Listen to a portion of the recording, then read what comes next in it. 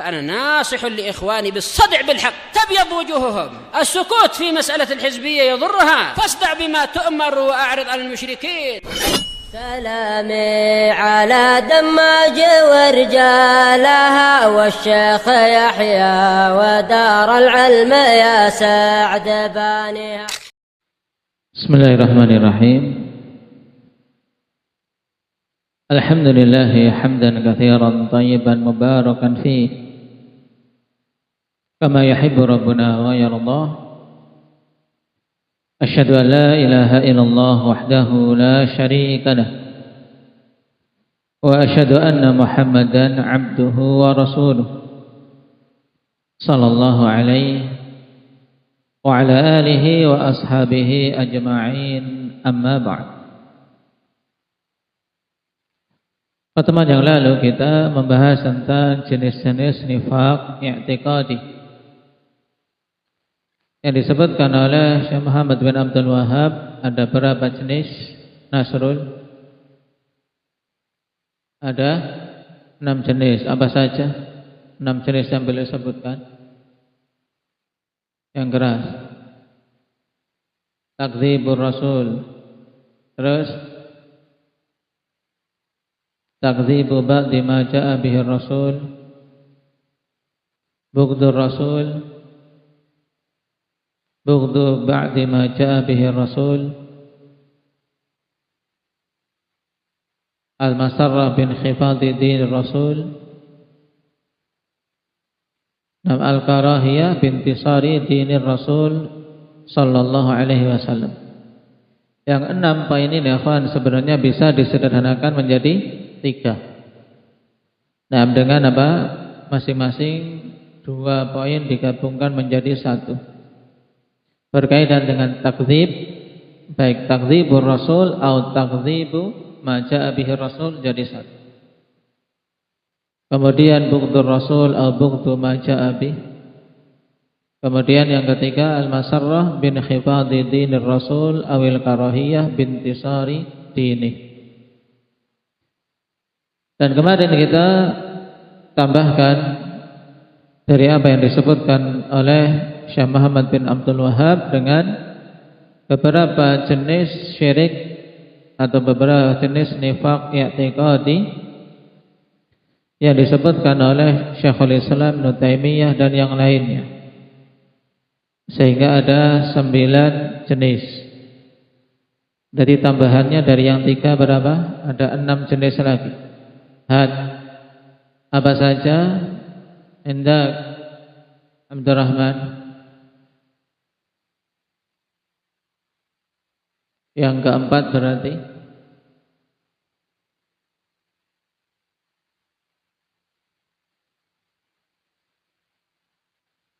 apa? Bughdu ayat juhud. Taib.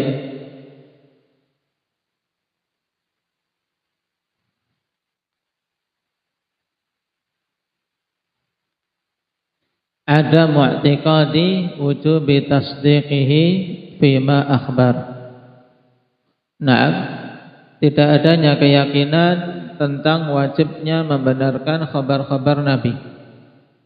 Ini juga nifaq i'tiqadi. Kemudian yang ke-5 apa? Jabir.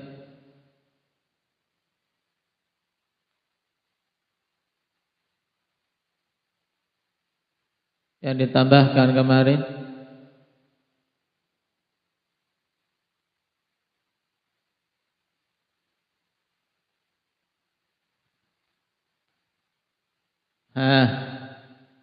Apa Badri?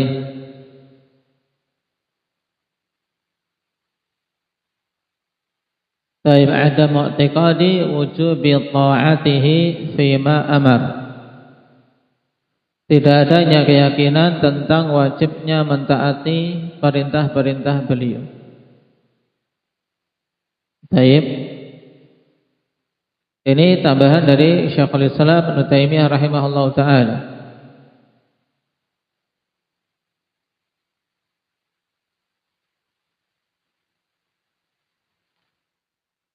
Taib.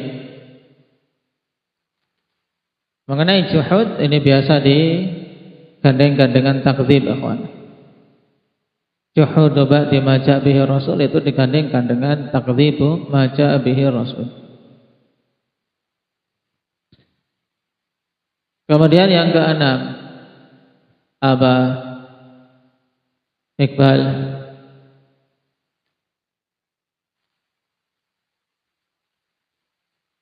dari bentuk-bentuk nifaq i'tiqadi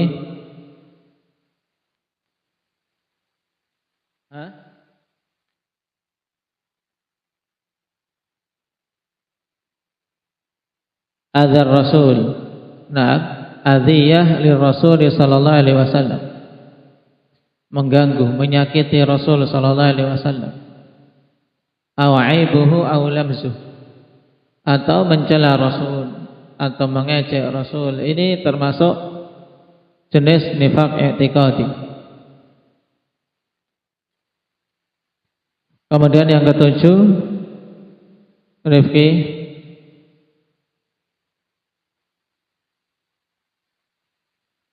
nah, mudhaharatul kafirin wa munasaratuhum 'alal mu'minin, membantu orang-orang kafir dan membela mereka untuk melawan kaum mukminin. Ini juga bentuk nifaq i'tiqadi. Yang kemarin belum mencatat ditambahkan. Kemudian yang ketujuh apa? Syukran. Yang kedelapan nih.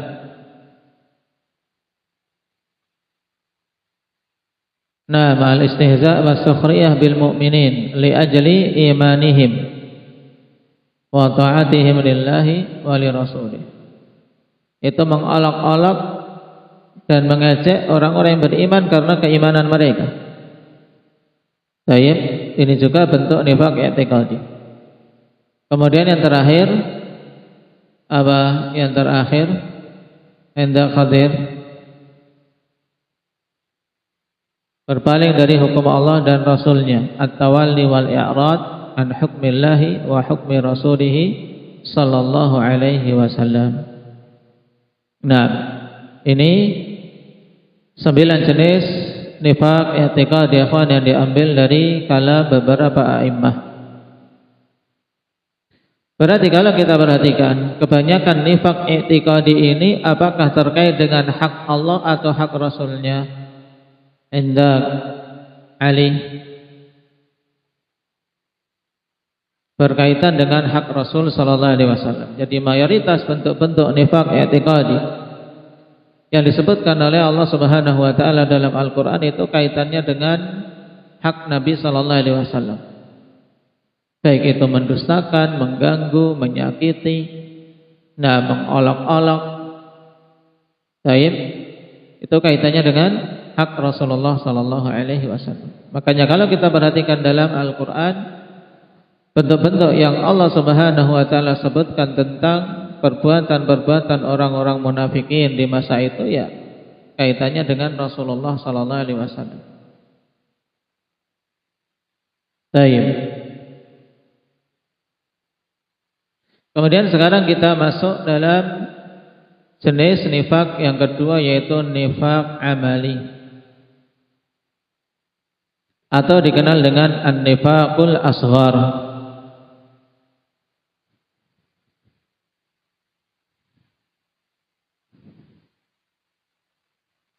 Qala al-muallif rahimahullahu ta'ala an-nifaqul amali 5 anwa'. Wa dalilu qawluhu sallallahu alaihi wasallam ayatul munafiqi 3, idza haddatsa kadzaba wa idza wa'ada akhlafa wa idza tumina khan. Dalilnya adalah perkataan Nabi sallallahu alaihi wasallam, tanda-tanda orang munafik itu 3. Apabila dia berbicara maka berdusta, apabila dia berjanji mengingkari, dan apabila diberi amanah dia khianat. Ini hadits muttafaqun alaih dari Abi Hurairah radhiyallahu anhu. Kemudian kata beliau, wa fi riwayatin idza khasama fajar wa idza ahada ghadar. Secara sekilas seakan-akan ini riwayat hadis sebelumnya, akhwan, padahal ini hadis yang lain. ya, yaitu wa fi riwayatin fi hadithi Abdullah bin Amr bin Al-As.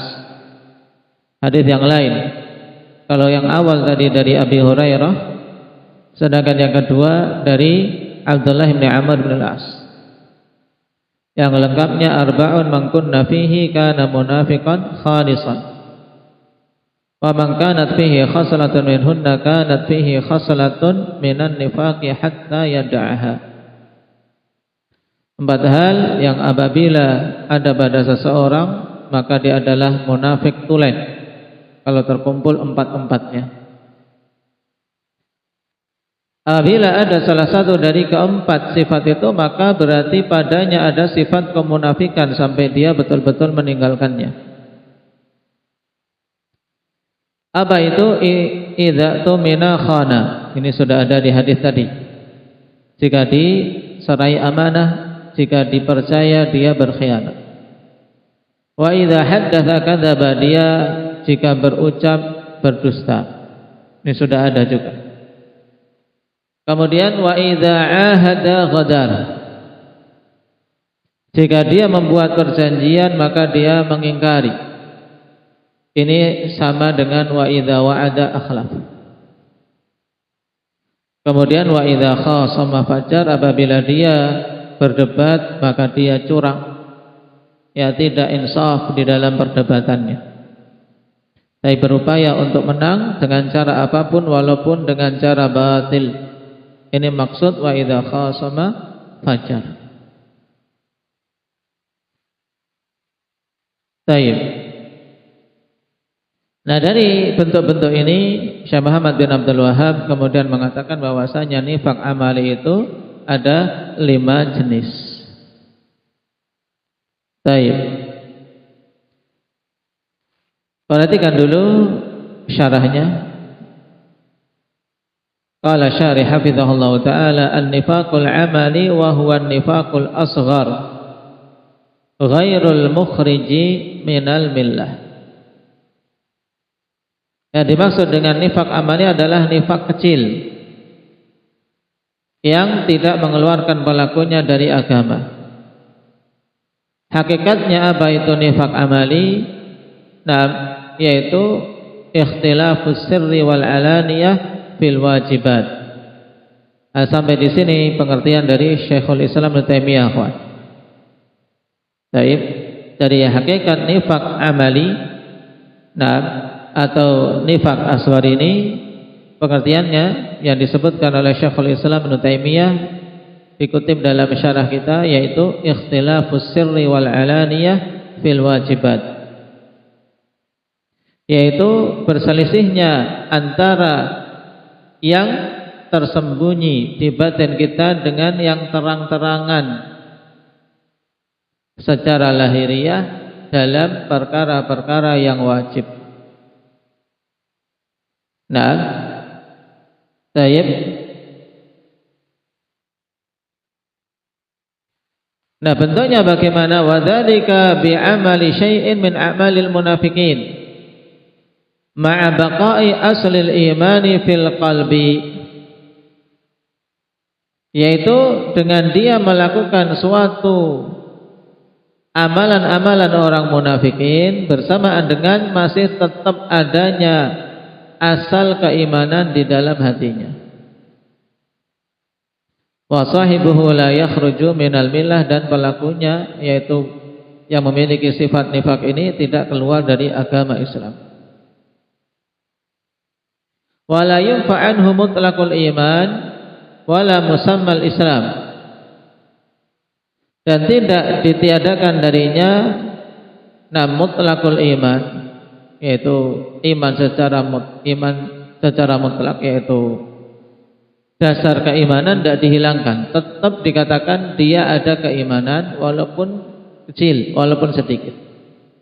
Demikian pula tidak ditiadakan darinya penamaan Islam, dia masih muslim, cuman badannya sifat nifaq. Wa huwa mu'arradun lil 'adzabi kasairil ma'asi, dan dia terancam dengan azab sebagaimana kemaksiatan yang lain. Dunal khuludi finnar, tanpa kekal di dalam neraka. Kenapa? Karena dia masih muslim walaupun naqisul iman, imannya kurang. Wa sahibuhu mimman tanaluhu syafa'atu syafi'ina biidznillah, dan pelaku nifaq amali ini masih ada peluang untuk mendapatkan syafaat dari pemberi syafaat dengan izin Allah Subhanahu wa taala. Baik. Fa hadzal naw'u minan nifaqi muqaddimatun wa tariqun lin nifaqil akbar. Dan jenis ini ya dari jenis nifaq asghar itu adalah muqaddimah, pendahuluan, dan tariq, jalan yang bisa mengantarkan kepada apa? Kepada nifaq akbar. Liman salakahu wa kana daidanu, bagi orang yang menempuh sifat-sifat nifaq asghar ini dan menjadi kebiasaan dia. Wa kana daidanahu, wa kana daidanahu, dan jadinya sifat-sifat itu menjadi daidan dia, yaitu kebiasaan yang dia lakukan terus-menerus, maka akan terjatuh dalam nifaq apa? Akmal, nifaq akbar. Jadi tidak boleh seorang meremehkan, walaupun istilahnya nifaq asghar, dia masih muslim, masih ada keimanan, tapi kalau terus-terusan dia pendusta dalam semua ucapannya, ketika berjanji senantiasa mengingkari, maka hal itu akan lama-lama menjerumuskan dia dalam nifaq akbar. Sebagaimana pula syirik-syirik kecil, syirik-syirik asghar, ketika dia terus-terusan seperti itu, seperti riya misalnya, riya, semua amalannya riya, semua amalannya riya, tidak ada keikhlasan, maka lama-kelamaan akan menjadi syirik akbar, sehingga dasar dari ibadahnya menjadi apa? Bukan karena Allah Subhanahu wa taala, tapi karena manusia. Wa amthilatu dzalik, dan contoh dari nifaq amali ini adalah al-kadzibu fil hadits. Al-kadzibu fil hadits, maksudnya al-hadits ini kalam, ya, yaitu dusta dalam perkataan, bukan maksudnya hadis Nabi, bukan. Al-kadzibu fil hadits, yaitu dusta kalau ngomong, kalau bicara itu dusta. Wa ikhlaful wa'di, dan menyelisihi janji. Makanya seorang muslim ketika dia telah berjanji, jangan dia mengingkarinya, tapi upayakan kalau sudah berjanji untuk dia tunaikan. Kecuali apabila dia melihat bahwasanya tidak menunaikan janji itu lebih utama, maka dia batalkan janji tersebut dengan apa? Dengan kafarahnya, kemudian menempuh yang lebih utama.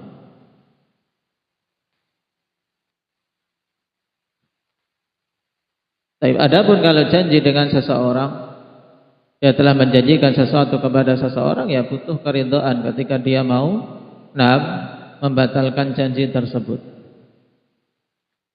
Wa khiyanatul amanah, mengkhianati amanah. Allah Subhanahu wa taala telah tegaskan, ya ayyuhalladzina amanu la takhunullaha war rasula wa takhunu amanatikum. Dan kalian mengkhianati Allah dan Rasulnya, jangan kalian mengkhianati amanah-amanah yang diamanahkan kepada kalian. Dan perkara khianatul amanah, ikhwan, di antara hal-hal yang awal dicabut dari hati-hati manusia. Dan dari masa ke masa amanah ini semakin diremehkan.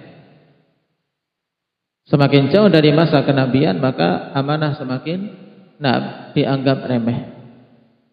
Oleh karena itulah antum ma'syara talabatul ilm untuk betul-betul memperhatikan ini. Pada setiap amanah yang telah diamanahkan untuk betul-betul tunaikan dengan baik, jangan khianati. Wal fujuru fil khusumah, dan berbuat fajir dalam perdebatan, dalam perselisihan dia berbuat fajir, tidak adil, tidak insaf. Dengan cara apapun, walaupun dengan curang, walaupun dengan menzalimi yang lain, yang penting dia menang. Ini fujur fil khusumah. Kemudian wal ghadru fil uhud, dan juga ghadr dalam perjanjian-perjanjian. Ketika sudah ada perjanjian kesepakatan, dia melanggarnya. Seperti misalnya perjanjian damai, ini jelasnya. Perjanjian damai antara dua belah pihak. Telah disepakati perjanjian damai. Kemudian satu pihak ghadar, yaitu melanggar perjanjian yang telah disepakati. Ini maksud al-ghadru bil uhud. Sehingga kalau seperti ini bisa dibedakan dengan ikhlaful wa'ad. Kalau ikhlaful wa'ad yaitu ketika dia menjanjikan sesuatu. Dia suka berjanji besok, kamu saya belikan ini dan itu. Kalau kamu mau membantu saya, tak belikan ini dan itu. Sudah dibantu, sudah dipenuhi syaratnya, tidak dibelikan. Ini contoh mengingkari janji yang sudah dia ucapkan. Ini ikhlaful wa'di. Adapun al-ghadru bil uhud, contohnya tadi ketika sudah ada perjanjian disepakati kedua belah pihak, kemudian dia melanggarnya. Seperti kebiasaan orang-orang Rafidhah pada perjanjian-perjanjian yang mereka buat. Nah, ini contoh paling jelas. Ini al-ghadru bil uhud. Contoh yang lain, wa karriya alladzi la yakunu fi aslil amal. Juga contoh bentuk nifaq amali seperti riya yang tidak ada pada asal amalan, tapi riya yang muncul di pertengahan amalan. Karena kalau riya itu pada dasar amal, ini masuk kategori riya akbar.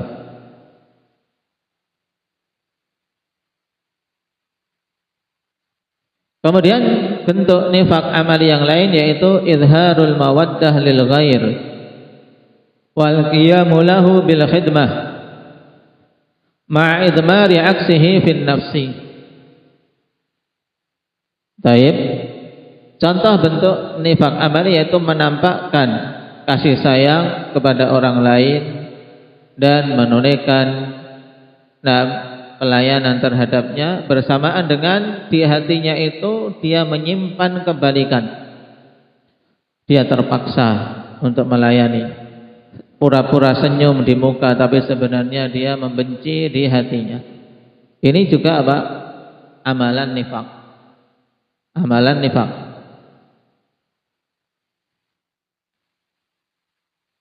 Baik. Maka sebenarnya apa yang dikatakan oleh Syekh Muhammad bin Abdul Wahhab An-Najri rahimahullahu taala bahwasanya nifaq amali ini khamsatu anwa, ini yaitu bitamtsil, dengan contoh-contoh bentuknya. Walaupun bentuk-bentuk yang lain sebenarnya masih ada, seperti yang ditambahkan di sini riya yang muncul di pertengahan amalan, ini masuk kategori amalan nifaq. Kemudian juga menunjukkan rasa senang, menunjukkan pelayanan di muka, ya secara lahiriah padahal hatinya membenci.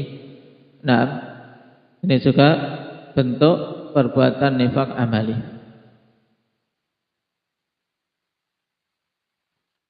Kemudian a'malun nifaq, idza kathura sara bisababihi munafiqan khalisan.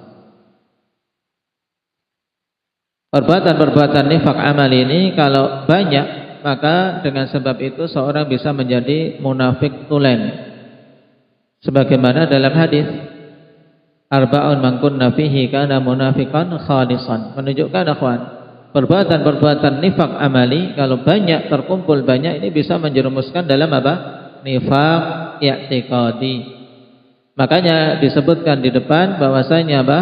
Wa hadzal nau' minan nifaq muqaddimatun wa tariqun lin nifaqil akbar. Dalilnya apa? Dalilnya hadis Abdullah bin Amr bin Al-As yang disebutkan di depan, yaitu ketika terkumpul semua sifat nifaq amal yang 4 tadi, maka dikatakan oleh Nabi, "Na'am kana munafiqan khalisan." Menunjukkan bahwasanya pelakunya betul-betul munafik tulen. Kemudian terkait pembahasan nifaq, bagaimana kita bermuamalah dengan orang-orang munafikin di dunia. Muamalatul munafiqi fid dunia,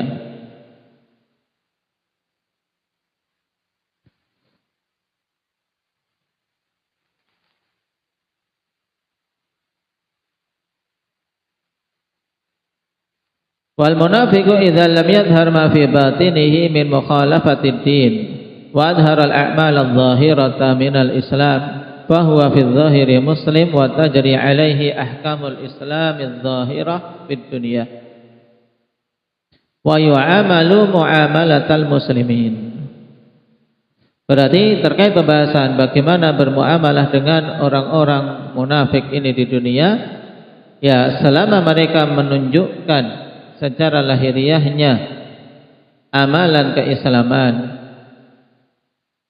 walaupun batinnya sebenarnya membenci atau mengingkari, itu bukan urusan kita.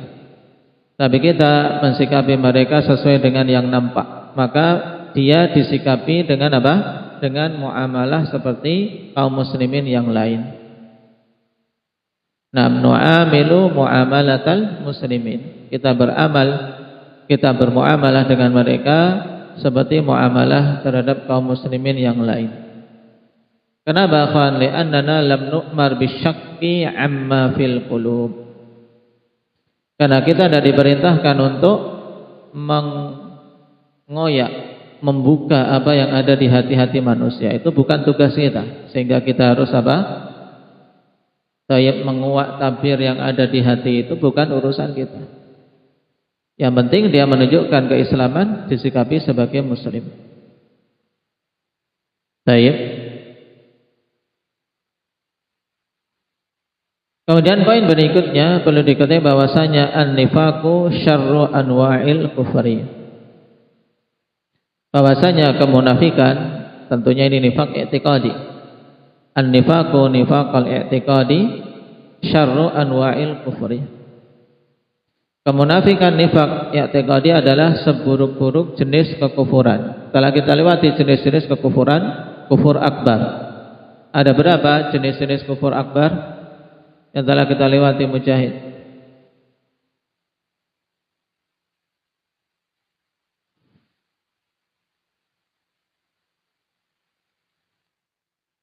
Lima. Apa saja? Hadis surah. Kufur takdzib, kufur riba wal istikbar, kufur juhud. Juhud ikut takdzib sudah. Kalau mau juhud sendiri berarti 6. Kufur i'rad, terus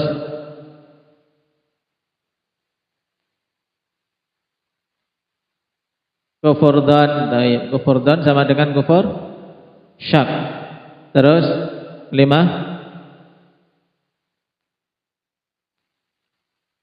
Apa yang belum?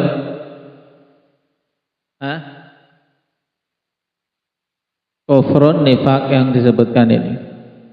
Baik.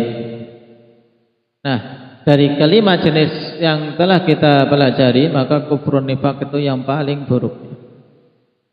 Kenapa, akhwan? Dikatakan bahwasanya al-munafiqun syarru anwa'il kufar li'annahum zadu ala kufrihim al-kadhiba wal murawaghata wal khida' lil mu'minin. Dikarenakan mereka telah menambahkan atas kekufuran mereka kedustaan dan penipuan terhadap kaum mukminin. Sehingga apa? Selain mereka kafir, juga kafirnya plus. Ya kafir plus apa? Plus menipu. Paham?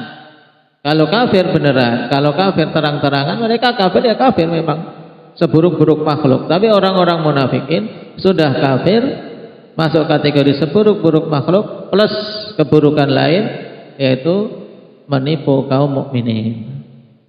Baik. Makanya karena ada unsur penipuan ini, Allah Subhanahu wa taala rinci tentang mereka di dalam Al-Qur'an. Baik. Dengan perincian yang berlipat-lipat banyaknya dibandingkan penjelasan tentang keadaan orang-orang kufar. Agar kaum mukminin tidak terjatuh dalam perangkap dan tipuan mereka. Baik. Dan pembahasan terakhir terkait masalah nifak, yaitu bagaimana hukum taubatnya munafik. Terkait masalah taubatnya orang-orang munafik terjadi khilaf di kalangan para ulama, sebagaimana diungkapkan oleh Syekhul Islam Ibnu Taimiyah rahimahullahu taala dalam Majmu' Fatawa beliau. Faqad ikhtalafa al-ulama fi qabuli taubatihim fi adh-dhahir. Likauni dzalika la yu'lam idhum daiman yudhiruna al-Islam. Ya kan? Alasannya ini kenapa terjadi khilaf tentang masalah taubatnya orang-orang munafik. Nah, apakah taubatnya orang-orang munafik diterima secara zahirnya? Terjadi khilaf. Kenapa? Dikarenakan ya itu tidak diketahui. Keadaan dia itu tidak diketahui benar tidak taubatnya. Kenapa? Mereka terus-terusan menampakkan keislaman dan hatinya ya dipenuhi kekufuran. Sehingga ketika menunjukkan sekarang taubat, kapok, tidak mau mengulangi perbuatan nifaknya atau hal-hal yang menyakiti kaum mukminin. Nah, ini karena dasarnya memang dia pendusta, apakah diterima atau tidak? Terjadi khilaf. Ada yang mengatakan diterima, ada yang mengatakan tidak. Dan yang rajih sebagaimana dikuatkan oleh Syekh Ibnu Utsaimin rahimahullahu taala dalam syarah Safariniyah, beliau mengatakan walakinna sahiha annal munafiqat tuqbalu taubatuh. Akan tapi yang sahih bahwasanya orang munafik diterima taubatnya selama memenuhi syarat-syarat taubat yang Allah tetapkan untuk mereka. Ya, yang terkumpul dalam surat An-Nisa ayat 145 sampai 146. Ini tentang taubatnya ahlun nifaq. Liqaulillahi ta'ala innal munafiqina fid darqil asfali minan nar wa lan tajida lahum nasira. Sungguhnya orang-orang munafikin berada di kerak paling bawah api neraka dan engkau tidak akan mendapati bagi mereka satu penolong pun. Kemudian Allah katakan illal ladzina tabu wa aslahu wa'tasamu billah wa akhlasu dinahum lillah faulaika ma'al mu'minin. Kecuali orang-orang yang bertobat, yaitu memenuhi syarat-syarat tobat secara umum. Syarat tobat secara umum apa saja? Syarat tobat secara umum. Indah Hudzaifah.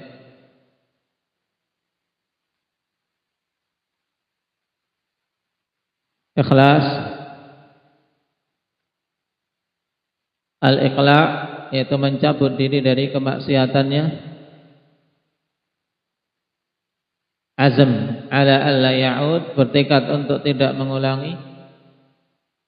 4,